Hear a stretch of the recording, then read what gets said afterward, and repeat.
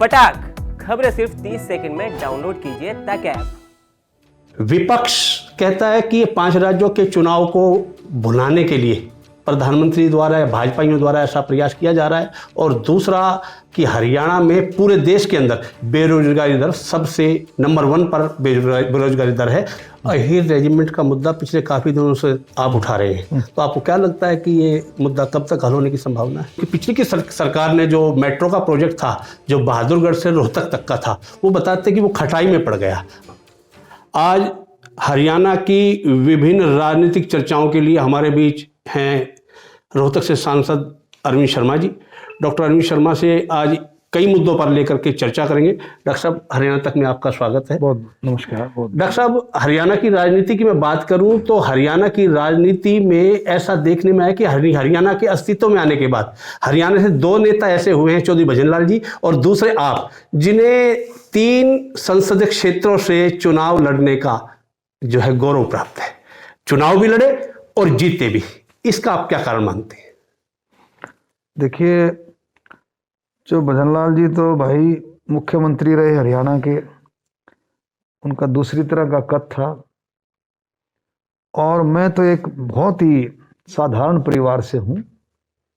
मेरे पिताजी retired principal थे। अभी पिछले साल मेरे पिताजी का स्वर्गवास हुआ मार्च में, और हमारा सिर्फ कारण है, हम कबीरपंथी हैं, सिर्फ सेवा। हमने लोगों की सेवा करके, किसी को हमने छल कपट नहीं किया, किसी के साथ कोई ऊंच नीच नहीं करी, किसी के साथ कोई दुहाद नहीं करी। सबके साथ सफाई के साथ जो हम कर सकते हैं, किसान, मजदूर, गरीब, दलित, बैकवर्ड, नौजवान, कर्मचारी, व्यापारी, छोटा व्यापारी, बड़ा व्यापारी, महिलाएं, बुजुर्ग, सबको साथ लेकर के सेवा भाव से हम आगे बढ़े हैं। उसी का कारण है कि 36 बरादरी का आशीर्वाद रहा, और हम सोनीपत से बने, पहले निर्दलीय बने, 2 बार करनाल से, अब रोहतक की जनता ने आशीर्वाद दिया और बनाया, और अब अपने काम पर हम लगे हुए। पंजाब में प्रधानमंत्री की सुरक्षा चूक का मामला, विपक्ष कहता है कि ये 5 राज्यों के चुनाव को भुनाने के लिए प्रधानमंत्री द्वारा या भाजपाइयों द्वारा ऐसा प्रयास किया जा रहा है, और दूसरा प्रधानमंत्री जी जैसे कहा कि वहां मेरी जान को भी खतरा था और मैं जान बचा करके वहां से आया। इस बारे में आपका क्या कहना?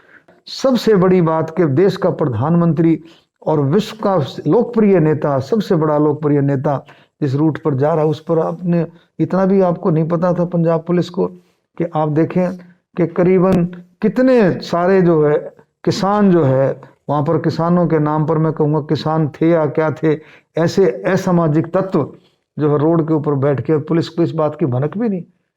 जब देख रहे हैं, हम वीडियो आ रहे हैं, पुलिस उनके साथ चाय पी रही है, उन धरना प्रदर्शन वाले असामाजिक तत्वों के साथ पुलिस चाय पी रही। तो कितनी बड़ी चूक। माननीय प्रधानमंत्री कम से कम 15 से 20 मिनट तक पुल के ऊपर माननीय प्रधानमंत्री जी का काफिला अटका रहा, और ये बहुत ही शर्म की बात है।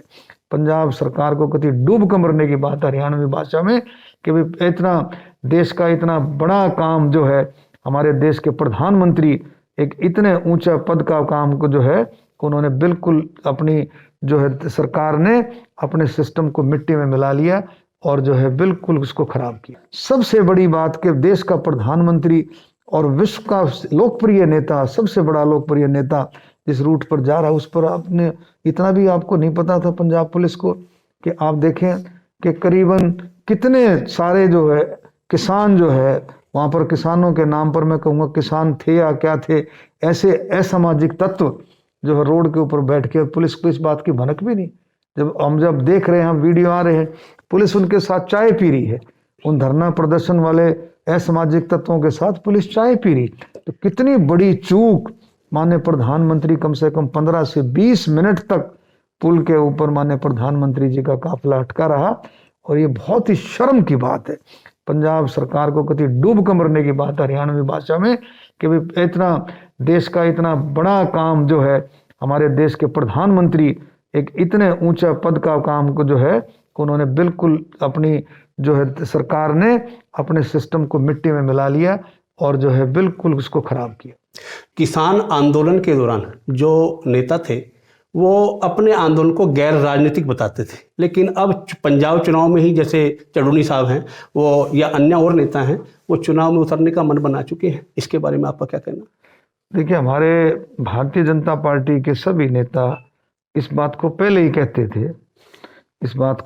कहते थे कि आंदोलन की आड़ में ये कुछ लोग राजनीति करेंगे, इसमें कोई शक नहीं। और अब वही हुआ, सामने आ गया कि आंदोलन की आड़ में आपने देखा कि आंदोलन की आड़ में अब उन्होंने अपनी पार्टी बना ली, पार्टी बना करके वो चुनाव लड़ेंगे।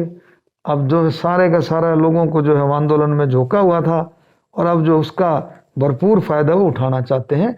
लेकिन जनता बहुत समझदार है, पंजाब की जनता भी, पूरे देश की जनता भी बहुत समझदार है।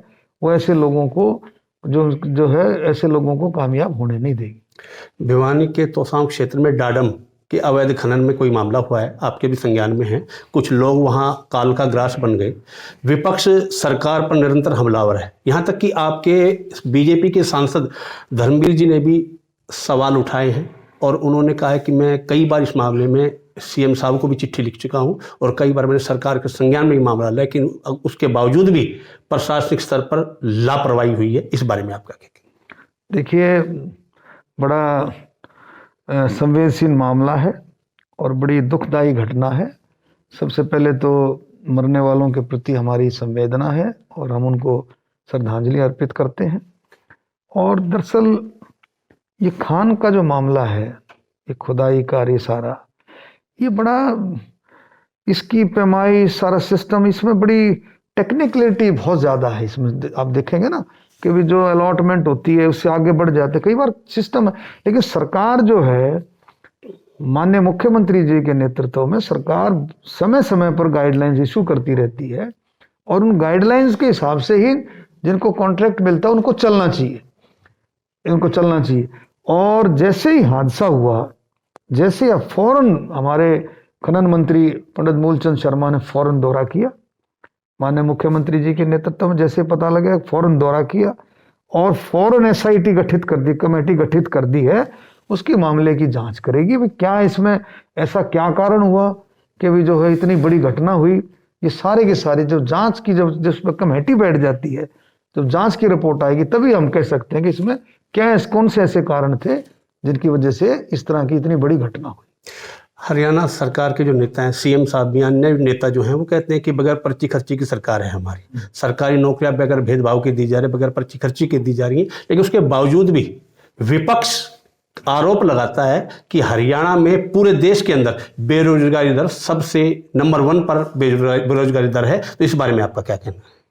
देखिए, बेरोजगारी का रिलेशन जनसंख्या से, प्रधानमंत्री जी की अपील है और माननीय मुख्य अपने हुनर को, नौजवान साथी अपने हुनर को समझें बचपन से ही, और उसके लिए सरकार पूरा प्रयासरत है। एक हमने स्किल डेवलपमेंट यूनिवर्सिटी बनाई है। आपने सबसे बड़ी चीज हरियाणा सरकार ने जो की है, 75% का जो आरक्षण है कि भी जितनी भी इंडस्ट्रीज हैं हरियाणा के अंदर, उसमें 75% का कोटा हरियाणा उनका होगा। तो ये भी बहुत बड़ी एक अचीवमेंट है। तो इससे भी नौजवान साथियों को काफी काम मिलेगा और नौकरियां भी काफी, सरकार ने कम से कम 80,000 के करीब जो है, 80 से 85,000 के करीब सरकार ने नौकरियां दी हैं। अहीर रेजिमेंट का मुद्दा पिछले काफी दिनों से आप उठा रहे हैं, तो आपको क्या लगता है कि ये मुद्दा कब तक हल होने की संभावना है? देखिए, कोई भी चीज जो है, कभी जब उठाते हैं, किसी बात को हम रखते हैं, पार्लियामेंट में रखते हैं, माननीय मुख्यमंत्री जी के सामने, प्रधानमंत्री जी के सामने, मंत्री जी के सामने, हमारे डिफेंस में, तो चीज़ों को समझाते हैं, बताते हैं, उसका रीज़न बताते हैं कि क्यों ज़रूरी है अहीरवाल रेजिमेंट, यानी कि अहीरवाल क्षेत्र के लिए रेजिमेंट क्यों ज़रूरी है। हमारा जो इलाका है, बोलो बहादुरों का इलाका है, नौजवानों का इलाका है, फोर्सेस का इलाका है, शहीदों का इलाका है। आप देखें कई इलाके, कोसली का जैसे इलाका है हमारे झज्जर से जुड़ा हुआ, और भी झज्जर है, बेरी है, रोहतक है, ये सारे बहादुरगढ़, ये सांपला, ये ऐसे इलाके हैं जो फोर्सेस में हमारे नौजवान साथी, बहुत सारे ऐसे साथी, कोई आर्मी में है, कोई एयरफोर्स में है, कोई नेवी में है, कोई बीएसएफ में है, कोई सीआरपीएफ में है, कोई एसएसबी में है, तो अलग अलग, कोई सीआईएसएफ में। तो हर एक साथी, हर एक घर से आपको एवरेज जो है ऐसे घर मिल जाएंगे तकरीबन घरों से फोर्सेस में कोई ना कोई इन झज्जर और रोहतक जिले में, कोसली हल्के में, इसमें इस इलाके में, अहिरवाल में काफ़ी जो है ये नौजवान साथी जुड़ कर के देश के लिए कुर्बानी करते हैं, देश के लिए लड़ाई लड़ते हैं। और तो मैं कहता हूँ बिल्कुल हमारी जायज मांग है और मैं इसमें लगा हुआ हूँ। कई बार जब कोई चीज़ उठाई जाती है तुरंत भी बात बन जाती है, कई बार उसमें थोड़ा संघर्ष करना पड़ता है। इसमें पूरी कोशिश में ईमानदारी के साथ कि अहिरवाल रेजिमेंट का गठन हो। डॉक्टर साहब, राजनीति के साथ साथ अब अगर जब विकास की बात की जाए तो विकास के मामले में आपका दावा अलग तरह का है, लेकिन पिछले दिनों जो कि पिछली की सरकार ने जो मेट्रो का प्रोजेक्ट था जो बहादुरगढ़ से रोहतक तक का था, वो बताते कि वो खटाई में पड़ गया। उसके बारे में आप क्या कह रहे हैं? देखिए, बहादुरगढ़ से रोहतक के मेट्रो के लिए जब सांसद बनते ही हमने इस बात को उठाया, पार्लियामेंट में, संसद में भी उठाया और मैंने लिख करके अपने अर्बन डेवलपमेंट मिनिस्टर के अंडर में आता है मेट्रो का सारा सिस्टम, वहाँ भी हमने भेजा। वो फिजिबिलिटी एक रिपोर्ट होती है, फिजिबिलिटी रिपोर्ट में जो सरकार की तरफ से, जो मंत्रालय की तरफ से, डिपार्टमेंट की तरफ से जब आते हैं मेट्रो वाले, तो उस फिजिबिलिटी रिपोर्ट में मतलब नेगेटिविटी आई कि फिजिबल, वो जो लाइन है वो फिजिबल नहीं है और इसकी वजह से वो सिस्टम। लेकिन मैं लगा हुआ हूँ, मैंने दोबारा से फिर मुख्यमंत्री जी से बात की कि आप कुछ ना कुछ और करें, क्योंकि आजकल आपको ही पता होगा कि कोई भी प्रोजेक्ट, रेल का प्रोजेक्ट है, मेट्रो का प्रोजेक्ट है, किसी भी तरह का कोई प्रोजेक्ट है, वो तभी संभव है जब हरियाणा सरकार और केंद्र सरकार की दोनों की साझेदारी होती है। तो इसकी वजह से हम लगे हुए हैं और हमने, आपको खुशी होगी, एक कामयाबी हमने हासिल की है बहुत ज़बरदस्त तरीके से। एक ऐसा प्रोजेक्ट हम लेकर के आ रहे हैं, आप देखिए कि फर्स्ट फेज में rapid transit system, RTC, rapid transit system के तहत में पहले फेज में आपको मिला है दिल्ली से अलवर, दिल्ली से मेरठ और दिल्ली से पानीपत।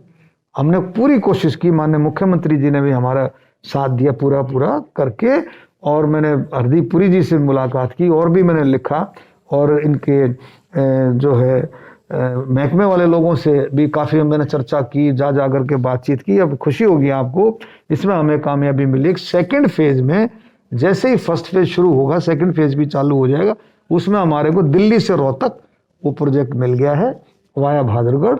आप देखेंगे दिल्ली से रोहतक का सफ़र मुश्किल से 35 से 40 मिनट में कवर हो जाएगा। इसके साथ साथ एक और बात हमने की है कि मेरे दिल और दिमाग में झज्जर को भी हम किस तरह से दिल्ली से जोड़े, ये मेरे दिमाग में शुरू से है। जब मैं करनाल से सांसद था तब भी मैंने, और मैं जब सोनीपत से था तब भी मैंने झज्जर की आवाज़ उठाई थी 1996 में। आप देखो 1996 में जब निर्दलीय सांसद था तब मैंने झज्जर की ट्रेन की आवाज़ उठाई थी।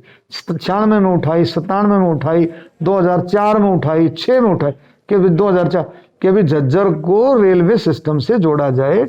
और बहुत, क्योंकि देखो 1996 की उठी हुई आवाज़ कब जा कर के कामयाब हुई, आप समझ सकते हो। तो अब हमने ये बात उठाई हुई है कि झज्जर को हम किस तरह से दिल्ली से जोड़े, और उसके लिए हम पूरा प्रयासरत हैं।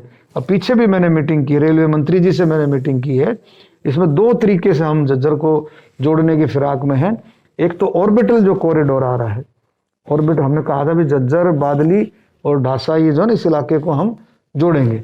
इसमें 2 तरीके से जोड़ने की बात हो रही है। एक तो है ऑर्बिटल कॉरिडोर के जरिए से हम सोचते हैं कि भाई ऑर्बिटल कॉरिडोर, हमने इस बात को उठाया भी और सिस्टम भी बना और इसमें कामयाबी भी थोड़ी सी, कुछ परसेंटेज कामयाबी हमें मिली भी है कि भाई हम ऑर्बिटल कॉरिडोर में, सबसे इंपॉर्टेंट है ऑर्बिटल कॉरिडोर में हमने ये बाड़सा को अटैच कर लिया। जो कुंडली मानेसर वाला जो रोड है उसके साथ साथ ये चलेगा ऑर्बिटल कॉरिडोर, पलवल से, और आपका कुंडली पलवल से उस तरह तक जाएगा, पलवल, और ये पूरा घूमेगा ये ऑर्बिटल कॉरिडोर।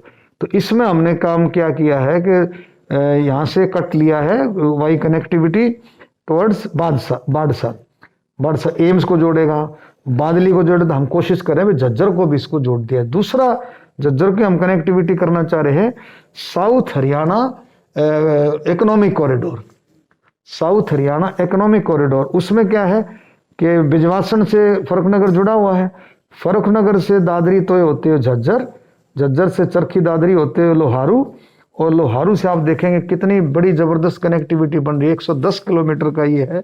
आप जो है कांडला पोर्ट, मुंद्रा पोर्ट, ये सारे के सारे इस सिस्टम से जुड़ेंगे और इसमें मंत्री जी से मैं 3 बार इस बारे में मीटिंग कर चुका हूं।